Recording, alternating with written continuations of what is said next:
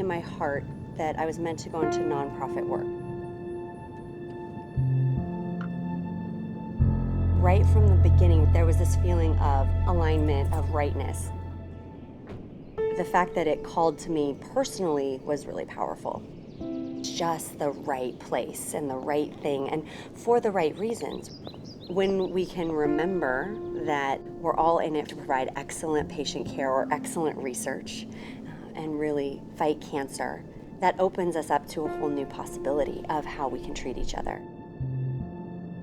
Compassion is something we're good at. And if we expand it out to our coworkers, I really feel like it allows us to provide better patient care. It allows us to be more patient with each other. It allows us to be more forgiving, to remember that without compassion, we can't even get off the ground.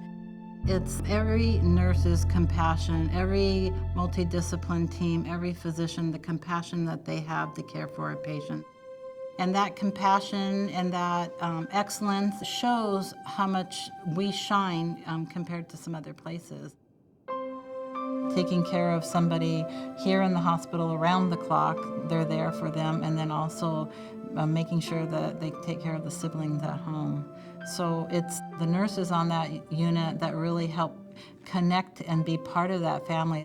They become just like partners with the parents, and it's that compassion and care. And if you ever see the pediatric nurses working with the parents, you would think that they were just one big family.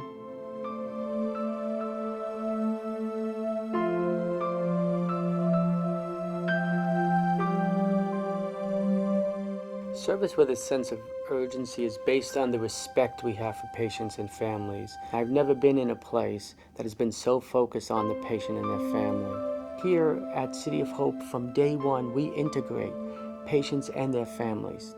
Because what people don't understand is the doctors, the nurses, the social workers, they all have families too. So they understand that it impacts the entire family. Once you're a member of the team at City of Hope, you learn very quickly that it's always about the patient and the family. They're scared, frightened, unsure, uncertain. You want to put them in a good spot, help others get through it, because there's a lot of people that walk in these doors out here that need that little extra pinch of optimism, hope, light at the end of the tunnel type thing that helps get them through what they're going through. The heart of any institution is the community in which it is in. When you think about City of Hope, the first thing you see when you walk into the building, the first people are the volunteers. Our volunteers, most of whom are former cancer patients, have transcended this illness and are now giving back. Our volunteers give back of their time, their wisdom, their knowledge, their experience, and most of all, they're a testament to hope and life. We were unable to find a bone marrow match for my stepsister. From diagnosis, she lasted about a year. She fell sick one evening. She was taken to the ER by her husband, and they ran some tests. They gave her a preliminary diagnosis of kidney stones. And they, evaluated the test further. The next day, she got a call telling her that she has leukemia. You have to know that your case is special, that the people caring for you are the best you can get, and you're going to do everything you can to be on the positive side of whatever those statistics are that mean nothing. In 1973, my mother was diagnosed with a gastric cancer. She was a smoker. And by the time they found the gastric cancer, it was terminal. So they gave her 30 days to live. And what the surgeon said to my father in my presence is, take her home. There's nothing we can do for her. That is a quote. So my mother died in terrible pain. And I watched it and my family watched it. We were at her bedside constantly. And what she would tell us is, take hot towels and boiling water and put them on my legs, because that would block the pain. So it was at that point in my life that I knew we could do better. So since 1980, I pretty much have dedicated myself to pain and suffering of cancer patients and their families. We can make a difference in the lives of people. I would definitely want to be at a place where I felt safe and a place where I felt I could walk throughout the campus and see that people have hope. I feel great pride when I see all of the names throughout the campus, and when I know that a building was donated by a certain person, or people are giving money out of the kindness of their hearts, even though they may not have a whole lot to give. Because it really lets me know that people believe in what we do. You know, my little boy always talks about wanting to be a scientist. And it's so cool, and I get great joy when I'm able to say to him, we've got scientists on our campus right now in labs with tubes, with, you know, coming up with cures and fighting the fight and doing research. And so it's nice to be able to drive that point home and to share that with my family and my children.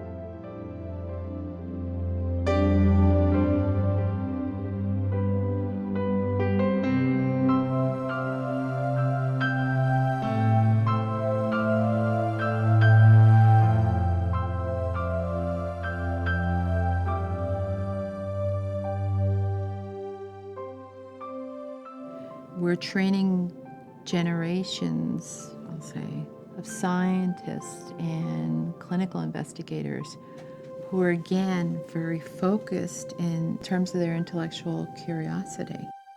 Doing basic research in a place such as City of Hope is a big deal to me. City of Hope puts a lot of emphasis on diversity and inclusion. I'm proud just being here.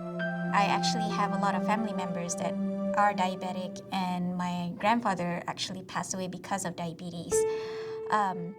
So it's a very close issue to me. We've got remodels always happening here at City of Hope. And the most recent building that we put up is the Mini Center. It gives us a house for donors who want to donate blood and platelets for our patients here at City of Hope, because we are in constant need of that commodity. Here at the City of Hope, we are working together with basic researchers alongside with clinicians. They really bring real hope to cases that seem impossible. I like coming here. It's quiet time. It feels good that you've done something and you see the work come to fruition. From people who work in safety and health, to people who work in the clinical areas, to people who work in development offices when I go down there, there's a common look in those eyes, and that look is a driven purpose for making us successful here. And more so, there's a look of satisfaction that we all have and that we're working together. And I want to say to each of you, thank you. It's important that you know that as a former patient, your work before brought me here, gave me life, that 19 years at this point that I wouldn't have otherwise had. But here, the bottom line is lives. It's tomorrow's miracle. Time. That's our mission, to try and give people time. What we know about cancer now is so different than when I was training in the 80s. At that time, it was about we were going to find the cancer gene. We were going to find the magic bullet. We were so naive. Everyone's cancer is almost like their individual fingerprint. So part of what we have to do now is not just look for the bullet, we got to make individual bullets for each person's individualized cancer almost. It's personalized medicine, individualized medicine. This is my mission. My dream is that maybe I create one bullet. Just one.